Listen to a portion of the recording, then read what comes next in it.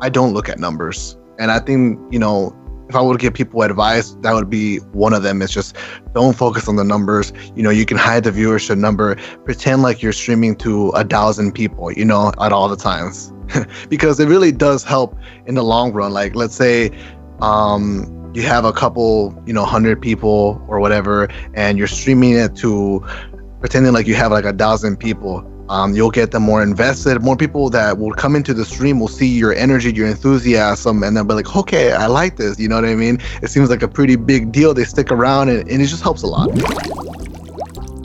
Relative to Glad's size, to have that many people support him directly shows some really, really strong engagement, that they really care about him as a person. And that's the single most important thing. And it translates to revenue success, right?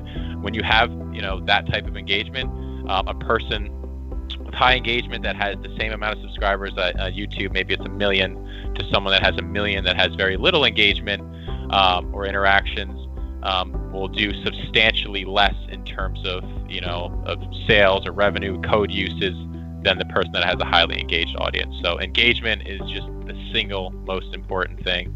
So that's what we look for, is engagement. If you're gonna be networking on Instagram and Twitter and Twitch, just do YouTube as well, man. It's just there, just get it done. You know what I mean? Have to. And stream an hour early and just do it. It'll pay off. M-Tash will literally go on vacation and he has 13 videos already uploaded, strategically scheduled to release throughout the period of the next week, So you can work smart with YouTube as well. But YouTube is very hard and very difficult, but you can also work smartly about it. So what about you, Frost? What would you say your top 3 platforms are?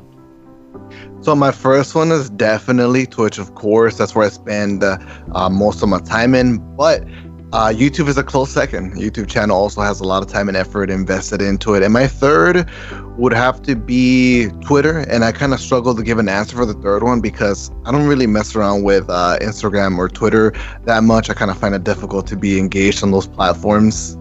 So it's a little bit different from Glad. He's addicted to spending every second he can, while I kind of just try to do all my engagement and socialization online while I'm on Twitch, as compared to, he kind of does it extra on Twitter. I know.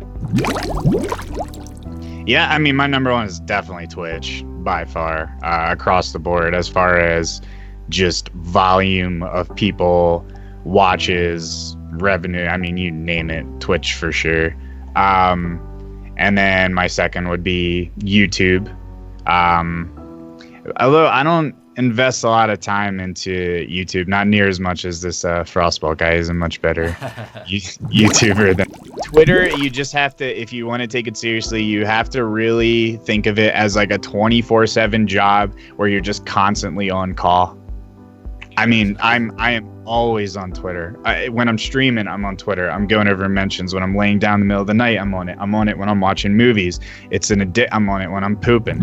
I mean, but I knew that if I wanted to take it to the next level, I would have to stream everything. And that was my biggest mental block was why am I going to sit here and just boot up a stream when I'm just running around patrol and doing bounties? I didn't want to be known just as somebody that boots up a stream to do challenges, or just as somebody that boots up a stream to do, raids with people that needed raids, or just, I didn't want to be known for anything, just kind of wanted it to be based around hanging out, chilling with us, building relationships, things like that. Because the way that I saw it was, if you built up your stream around your personality and with the game in the background, I just saw a much greater potential for long-term success, essentially. I've recently here's where I guess the advice comes in, is I've recently sat down and I said, I'm just going to start sticking to a schedule, like a much more focused schedule during the day when I feel productive, when the sun's up, sleeping at night. If I know that I have to do something for YouTube, I tell my stream, hey guys, I'm getting off 2 hours early. I have to put some time into, YouTube thumbnails or editing a video. You just have to cut back on other things and force yourself to a very strict schedule that you're actually going to follow. Because if you just have a total fuck it, wake up, stream, wake up, stream, wake up, stream attitude, that's when your work-life balance is going to start to fall. Stream less to grow your channel, because marketing yourself takes time, like spending time on Twitter, spending time making content for YouTube, video clips. If you stream for 10 hours a day, you don't do any of that kind of stuff.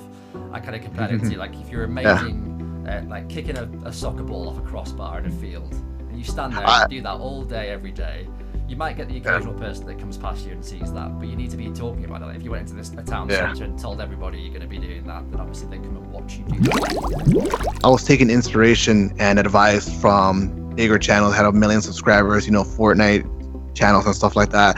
I didn't talk to them, but how did they give me advice, as you're asking, if you didn't talk to them?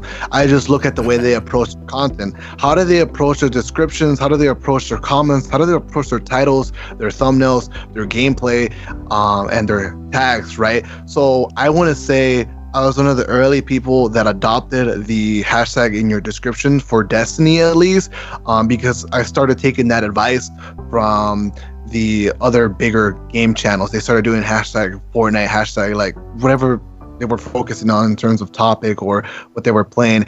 And I don't know how much of an impact it had, but I definitely want to say it helped me putting like hashtag Destiny, hashtag Destiny 2 in because it helped in the search engine. So just something to keep in mind. And just invested everything into paying rent out here and buying equipment during a time where Destiny was just dying. But what I saw was an opportunity where everybody else was leaving, I was going to show up.